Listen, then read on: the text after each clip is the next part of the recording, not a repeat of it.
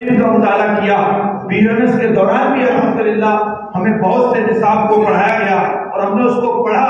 علاوہ اس نسخے کے کہ زیتون کا تیل دودھ میں ڈال کر پیا جائے 10 سے 15 ml روزانہ صبح کو خالی پیٹ دودھ میں 1 کپ دودھ میں یا 1 گلاس دودھ میں ڈال کر کے 40 دن سے 100 دن تک پی سکتے ہیں، مسئلہ نہیں ہے. زیتون کا تیل پیا جائے. علاوہ اس نسخے کے کوئی دوسرا نسخہ نہ شرع اسباب میں نہ تھا، نہ علاج الغربہ میں تھا، نہ القانون فی الطب میں تھا، نہ تحفۃ العاشقین میں تھا. میں نے تو کسی کتاب میں نہیں پڑھا. یہی نسخہ تھا جس سے پیٹ کی پتھری نکلنے کا واحد علاج لکھا گیا. لوگوں کو آپریشن نہیں کرانا پڑتا اور سیدھا سیدھا آپریشن ڈاکٹر کرتے ہیں. اب آپ کو ایک طریقہ بتاتے ہیں کہ کس طریقے پر چل کر کے ہم پیٹ کی پتھری سے بچ سکتے ہیں. وہ طریقہ یہ ہے کہ صبح کو اٹھ کر کے گنگنا پانی پینا. اگر یہ عادت بنا لے گنگنا پانی پینے کی، انشاءاللہ اس مصیبت سے، اس اذیت سے، اس تکلیف سے ہمیشہ کے لیے بچے رہتے. کم سے کم 1 گلاس اتنا پانی پی لیں. اور دوسرا طریقہ یہ اپنائیں کہ جب بھی پیشاب کو جائیں، پیشاب سے واپس آئیں تو پھر کم سے کم 1-1.5 گلاس پانی پینے کی ضرور عادت بنا لیں. کھانا کھانے کے فوراً بعد پیشاب کو جانے کی عادت بنائیں. کھانا کھانے کے فوراً بعد پیشاب کرنا چاہیے. اس سے گردے صاف رہتے ہیں، گردوں کو تقویت ملتی ہے. اور اگر کسی کے گردے ضعیف ہو جائیں، کسی کے گردے کمزور ہو جائیں تو اس کے لیے دنیا کا سب سے سپر بیسٹ علاج یہ ہے کہ وہ آب زمزم کا استعمال کرے. سبحان اللہ سبحان اللہ. اللہ نہ کرے کسی کے گردے کمزور ہوں. ابھی تو ترکیب نہیں چل رہی، کورونا کا خوف چل رہا ہے فی الحال تو، لیکن ہاں ایسا بھی وقت تھا اور انشاءاللہ آئے گا بھی کہ لوگ حرمین شریفین کی زیارت کو چلے جائیں گے. زیارت بھی ہو جائے گی اور گردوں کا علاج بھی ہو جائے گا. کیونکہ وہاں فراوانی رہتی ہے. اور یہاں آپ لائیں گے بولے حضرت زمزم دے دینا، تو یہ بھی پکا نہیں ہے کہ وہ زمزم ہی ہے. یہاں لوگ 5 لیٹر لا کر کے اس کو 50 لیٹر بنا لیتے ہیں. سب سے بڑا کام تو یہی کرتے دھوکہ دینے کا. بول رہے ہیں یہ آب زمزم ہے. اللہ اکبر کبیرہ.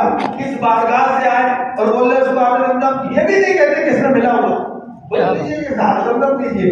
تو زمزم جو ہے یہ اس کا پینا گردوں کی اصلاح کے لیے ایک بہترین دوا ہے. گردوں کی تقویت کے لیے، طاقت کے لیے 11ویں شریف کی نسبت سے 11 دانہ پستہ کھانا. پستہ جو ایک میوہ ہوتی ہے، پستہ کھانا 11 عدد صبح نہار منہ، یہ گردوں کو طاقت دیتا ہے، تقویت دیتا ہے اور گردے کے فاسد مادے جو رکے رہتے ہیں ان کو خارج کرتا ہے اور گردوں کو طاقت آ جاتی ہے. الحمدللہ و بحمدہ. اس طرح سے آپ اپنی صحت کا خیال رکھ سکتے ہیں.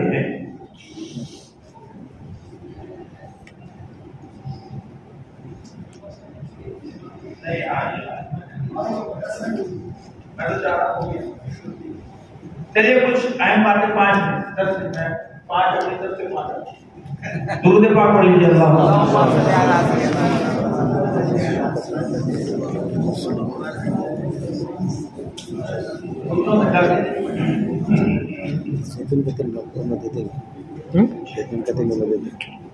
دیکھیے گھٹنوں میں جو درد ہے اس سے متعلق حضرت فرما رہے ہیں کہ کچھ کہہ دیا جائے. گھٹنوں میں درد سے متعلق میرا اپنا زندگی کا ایک تجربہ یہ ہے کہ جو لوگ شروع سے نماز پڑھتے ہیں، شروع سے الحمدللہ و بحمدہ، ان کی نماز ان کے امراض سے بچانے کے لیے کافی ہوتی ہے. سبحان اللہ. ہم نے نہیں دیکھا کوئی ایسا بندہ آج تک اپنی نظر میں جس نے شروع سے نماز پڑھی ہو اور پھر اس کو گھٹنوں میں درد ہوا. بھائی ہمارے سامنے نہیں آیا ابھی تک، ہماری تحقیق میں کوئی ایسا نہیں گزرا. واللہ اعلم بالصواب. تو یہ بھی ایک طریقہ ہے. دوسرا کیا ہے کہ گھٹنوں میں جو درد ہوتا ہے وہ عمر کے تقاضے پر آ کر کے خوب ہوتا ہے. وجہ کیا ہوتی ہے کہ 40 سال کی عمر کے بعد اعضاء ڈھلنے لگتے ہیں. کیا ہوتا ہے؟ اعضاء ڈھلنے لگتے ہیں. ہر عروج کو زوال ہے، ہر عروج کو زوال ہے. تو عروج کب تک ہے؟ 40 سال کی عمر تک عروج ہے، 40 کے بعد زوال ہے.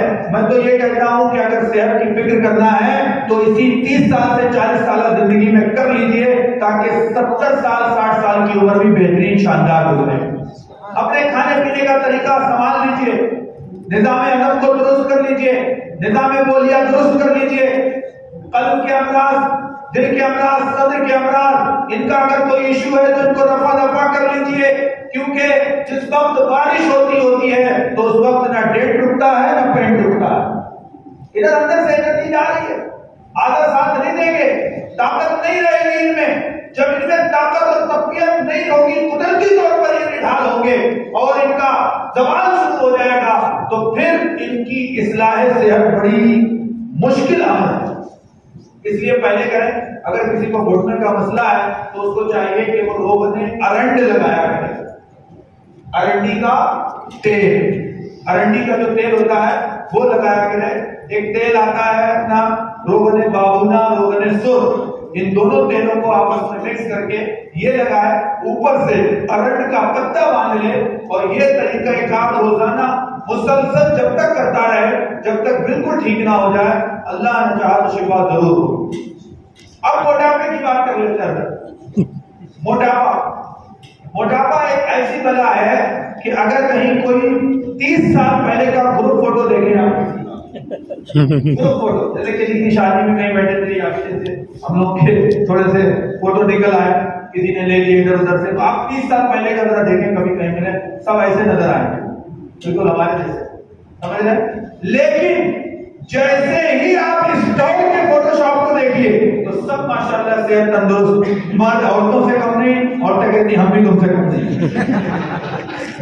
ہم بھی تم سے کم نہیں، وہ ان سے ریس لگا رہے ہیں، وہ ان سے ریس لگا رہے ہیں، چربی بڑھ رہی ہے، زائد چربی آ رہی ہے، مسائل صحت کے پیدا ہو رہے ہیں، لوگوں کو ہارٹ کی پرابلم آ رہی ہے، بلڈ پریشر کی پرابلم آ رہی ہے، چلنے پھرنے میں دقت ہو رہی ہے، تنگی تنفس کی شکایتیں لوگوں سے مل رہی ہیں، کسی کا کوئی مسئلہ، کسی کا کوئی مسئلہ، جبکہ ہم صرف یہ کہتے ہیں کہ اپنے نبی رحمت، طبیب اعظم صلی اللہ علیہ وسلم کی سنت پر عمل کرنا چاہیے، ایک حصہ غذا کے لیے، ایک حصہ ہوا کے لیے اور ایک حصہ پانی کے لیے چھوڑ دینا چاہیے، اس سے بہترین کوئی عمل نہیں۔